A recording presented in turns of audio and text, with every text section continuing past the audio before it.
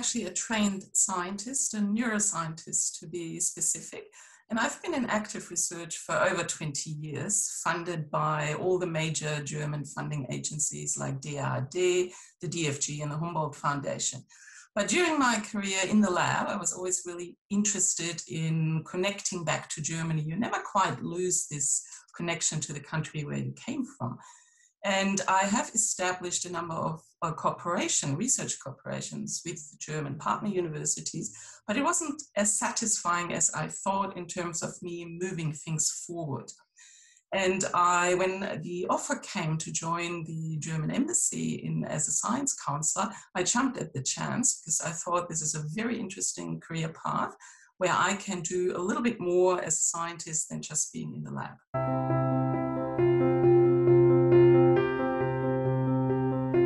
Usually when I get asked that, I consider myself a science broker, which means I broker relationships. I build international networks, I create cooperation opportunities in the research science and higher education sector.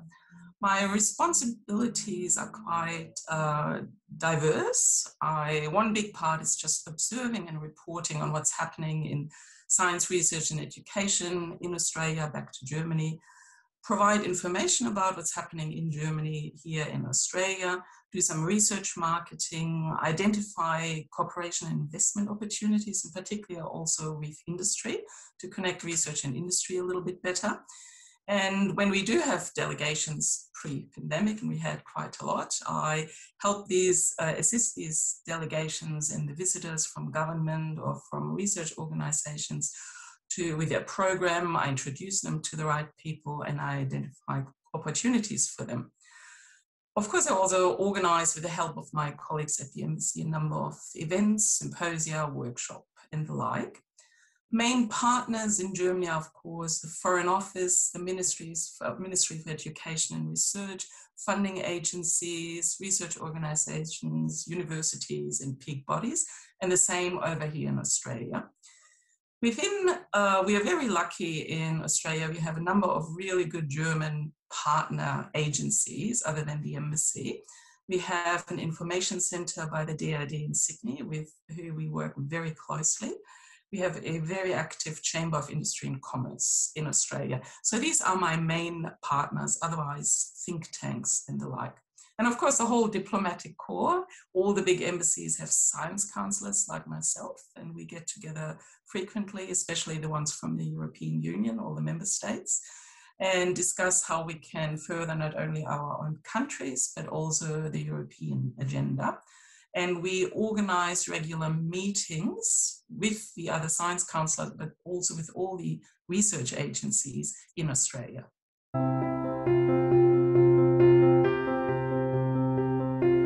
It starts with reading. I do a lot of readings. I read the news, you read briefs, you just find and analyze a very vast amount of information from a variety of sources. And digesting the information is pretty crucial. And after reading comes the writing. After I digested and analyzed all of that, I have to write briefs for my ambassador, for the ministries in Berlin, in Germany. I have correspondence. I spend a lot of time at the computer writing emails. I'm now doing quite a lot of Zoom calls. I attend webinars. I answer inquiries that come from Australia and Germany. And also just protocol matters. For instance, we have research vessels visiting Australian waters. There's quite a lot of protocol involved. And I am, with help of my colleagues and my staff, we organize that. Another area is research marketing, promoting German science landscape and funding, and which means I'm active on social media. And on LinkedIn is my preferred platform. Whenever I see, also from Germany, from the ministries, from the Foreign Office funding calls, I promote these, I send them to other colleagues, hoping that we can start new cooperations. And being in the diplomatic course, socializing is, of course, very important. Network is probably the alpha and the omega in work as a science diplomat, as a diplomat per se. You have to build and also maintain personal connections. which was challenging during COVID and the lockdown, because normally you meet people in person. We're great believers in face-to-face meetings, but having regular phone calls, catch-ups, meeting people over lunch and dinner, attend events and symposia and workshops and the like.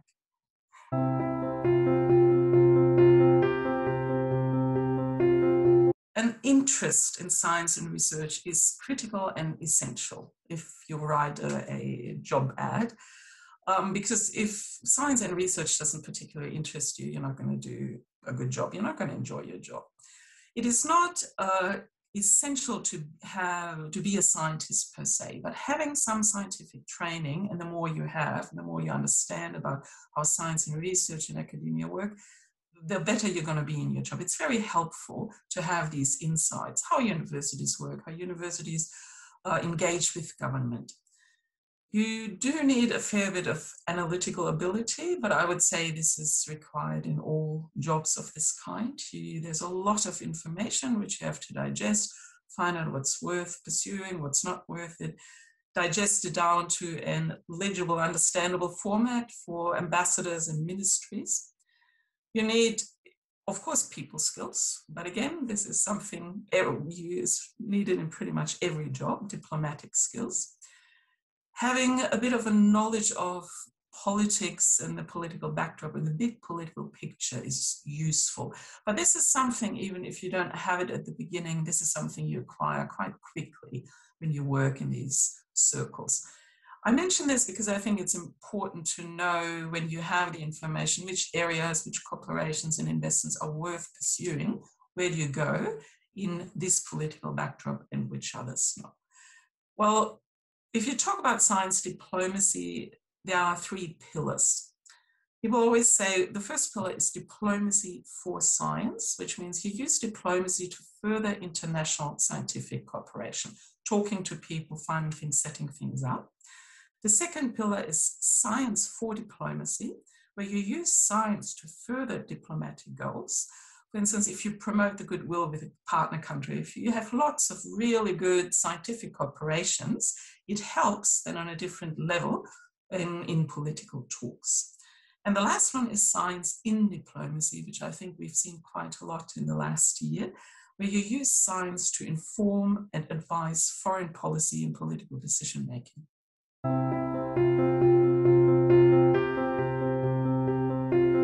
Well, as you mentioned, we're quite lucky because Germany is well known as a research destination, but Germany and German government being extremely organized, they have a whole campaign about research marketing. It's called Research in Germany and Study in Germany. It's a wonderful website. It's easy to Google and have a look at, and they produce a lot of brochures answering a lot of questions about the research landscape. So we're using this website and the PowerPoints that they offer with that and the brochures to promote what we have and what we do in Germany. We do this work, the embassy itself, in close cooperation with other agencies. I already mentioned the German Academic Exchange Service that we have in Sydney, and it's a big part of their job. But we also do this in cooperation with visiting research organizations and universities. Once the borders open and we have delegations visiting, again, this is what they do. They travel. We had the Fraunhofer delegation, we had a delegation from the Leibniz Institutes. They travel throughout Australia and visit various institutions and organizations and always showcase what they're doing, what they're there for, where the funding is coming from. So we get a lot of help from those and as well from the funding agencies when they visit. What we do have, we have created a platform of alumni.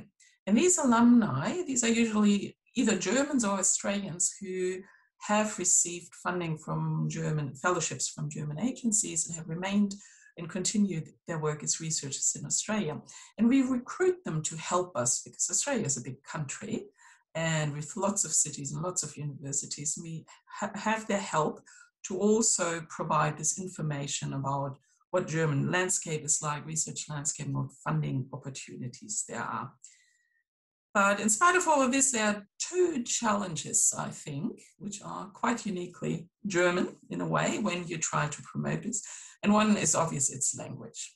So a lot of people, as much as they would like to go work and study in Germany, they think German is a hard language to learn. It's not the most obvious language to learn. It's not like English. And we have to overcome this hurdle by reassuring them that Germany is quite a multicultural country, and pretty much everyone on the street speaks English, or at least a little bit. So you'll get around with English in your daily life.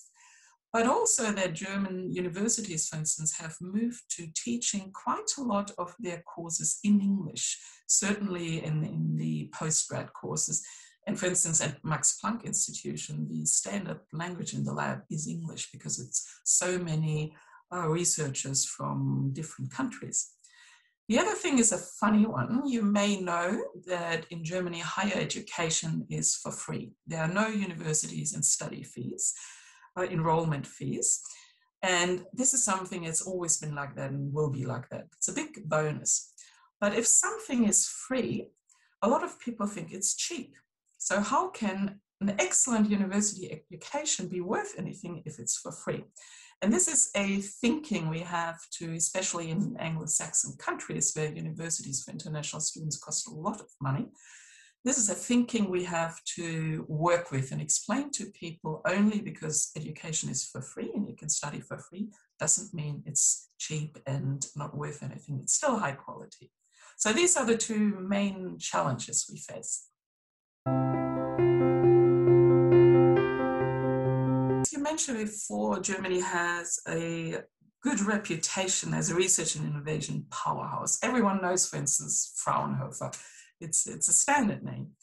And made in Germany, the quality and reliability of German products are also well known, and this applies to the research as well. And possibly the German culture and nature to be very precise, very meticulous, really hardworking and focusing on this.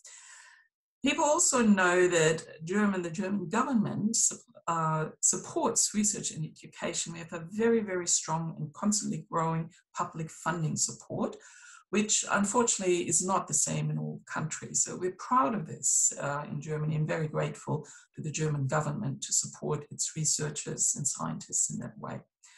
But one thing you shouldn't underestimate, Germany is not alone. Germany is within Europe. And whenever you go to Germany, this is very attractive. Germans, of course, German research organizations have many different cooperations within Europe to other European partners, access to European funding.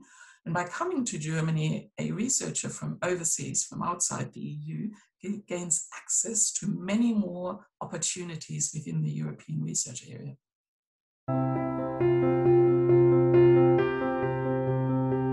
Scientific diaspora, as they are called, for every country are very important. So Australia is an attractive country, and there are many, many scientists like myself who went there to study or do a postdoc, and they like it so much they stay.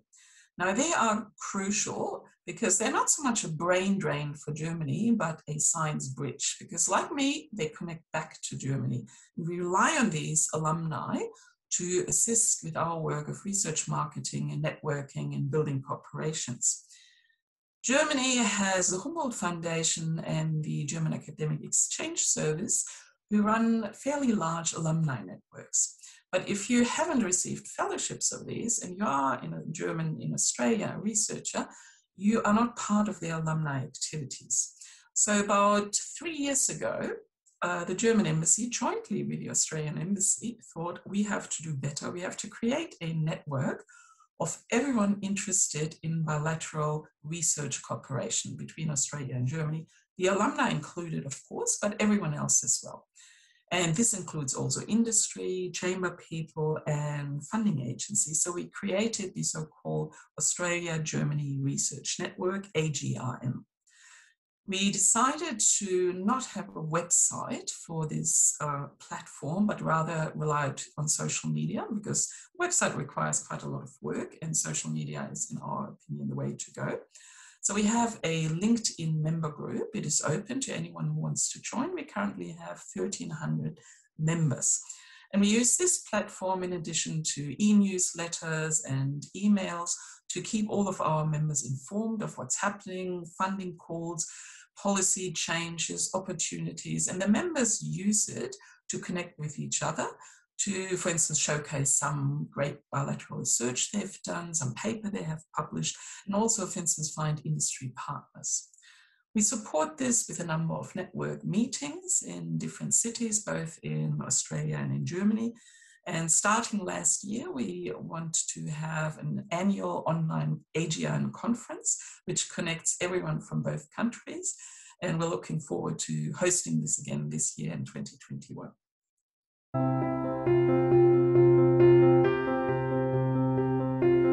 Everyone knows that science, modern science, cannot be done in isolation. You rely on cooperation, be it with a researcher in the lab next to you or internationally.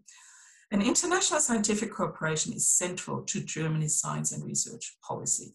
So every new strategy that is being published, just like recently, the bioeconomy strategy, the AI strategy, or the hydrogen strategy, they all have an international chapter, international component on it, and usually funding for international cooperation in it. And Germany has MOUs with quite a number of partner countries about cooperation in science and technology. They have one with Australia dating back to 1976, so over 40 years. And based on this, cooperation has been growing and growing.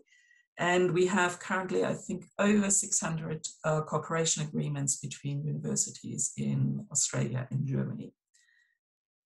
Interestingly, in December 2020, so just a couple of months ago, the German Foreign Office released a strategy paper on its new focus on science diplomacy, meaning that international science and science cooperation has even reached the Foreign Office in its relevance. For me personally, it's pretty simple. Without this very strong focus on international scientific cooperation from Germany, I would not have a job. So I think becoming a science diplomat was a very smart move when I did, because international scientific cooperation has become more and more important, not just between Australia and Germany, but between Australia and Europe and further countries.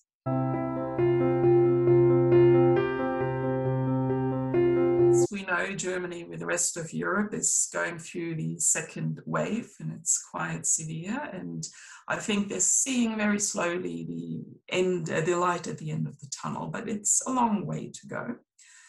The challenges in managing the pandemic were in Germany quite similar to Australia in a way. One example is that it has a strong federalism. And I think this was a challenge in Australia because you had all the federal states and you had the federal government. And they might have different ideas and they might also pursue slightly different management strategies. So this is something that was a challenge in Germany as well. The good news was that with Chancellor Merkel, we had a scientist at the head of government. And in her very analytical approach, she has also approached this pandemic analytically and calmly. And Germany does owe a lot of her, how she has really listened to scientific evidence and advice, how to go forward, also now with the vaccination strategies. I do think that science and science diplomacy were really crucial in managing the pandemic, and we've all noticed how all over the world governments have turned to science and help us out, what is going on. And scientists have really worked around the clock for over a year now, trying to find ways, develop vaccines, but also just advise, learn about this virus, and from every month, every week brought new insights, which were crucial in see how we're managing it. And we're not at the end yet, it is going to continue. There's one difference, I think, between Australia and Germany, and I think Australia has a great advantage in having positions like a chief scientist and a chief medical officer for the whole nation. This is something Germany does not have. And it was probably a bit more difficult to have a whole group of experts in Germany, possibly also disagreeing on the way forward, and for the government then to decide what do we do. While here in Australia, you had one voice, also one public voice to speak to the people. And I think this was very helpful. And this is something where I'm thinking Germany might consider potentially establishing something like that. The other thing that I admired about Australia was the Rapid Research Information Forum established by the then Chief Scientist Alan Finkel at the Australian Academy. And they worked extremely efficiently. They pumped out really well-researched, scientifically researched papers to crucial questions, for instance, about COVID. And they did this often with a turnaround of a few days. And these papers helped the Australian government enormously in making decisions. So these are things where science has played a really important role in managing the pandemic. I've been thinking a lot about this, and I found this question hard to answer. There are so many wonderful memories that I have. Personally, being a science nerd, I must say I absolutely enjoyed being able to visit our research vessel Sonne when it was in Perth. So being able to walk around and see a research vessel with all its details, for me, that was fascinating. I really, really loved this, a big thing. So, and I do hope to go to Hobart at some stage and see some of the fantastic icebreakers that are now in Australia. But rather than a memory, I would like if I would actually share my thoughts on 3 benefits of being a scientist in politics rather than a scientist in the lab, and I have seen both sides. And I think I loved, don't get me wrong, I love being a scientist and love doing research, but you do have a tendency to get really narrow in your research, you're very focused, you're in a niche. And going into politics and becoming a science counselor, I found I meet so many interesting people, inspiring people from all walks of life. And I learn something new every day. I get to read about quantum physics, which I had no idea about before. I get to read about Antarctica, but also about research in law, research in the social sciences and archaeology, which as a scientist, you never have the time nor the interest to actually do. But the most important point for me, benefit, is that you can, as I had hoped, you can really make a difference. You can bring about change, and you can, because by setting up these corporations and maybe helping other scientists succeed in their research, you can really make a contribution on shaping this world and help move forward and help tackle all the great challenges, much more so than when you're sitting in a lab.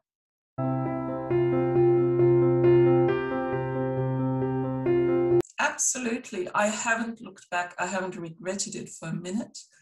I know it's very, very hard, and the longer you are in research, the harder it gets to leave. Because there's a lot of pressure and expectations on when you get a PhD, especially in science and engineering, to continue down that path and become an academic. But there are many, many more interesting opportunities out there. And I would always encourage, not just personally, but also in a bigger picture, I would encourage scientists and researchers to try and pursue a career in the public service, in ministries. There are many out there. I think it is crucial. And I must say, this is something I, again, admire about Germany. Within, for instance, the Ministry of Education and Research, half the public servants have a PhD. And they usually chose this career shortly after, and being trained in analytical thinking is very important in making things happen, also in policy. So it is very interesting. It's extremely rewarding, I find, and you wouldn't regret it. You still get to do science, at least read about science as much as you want, and meet all these interesting scientists, so you're not going to miss out. You still get to go visit wonderful labs, just many more of them.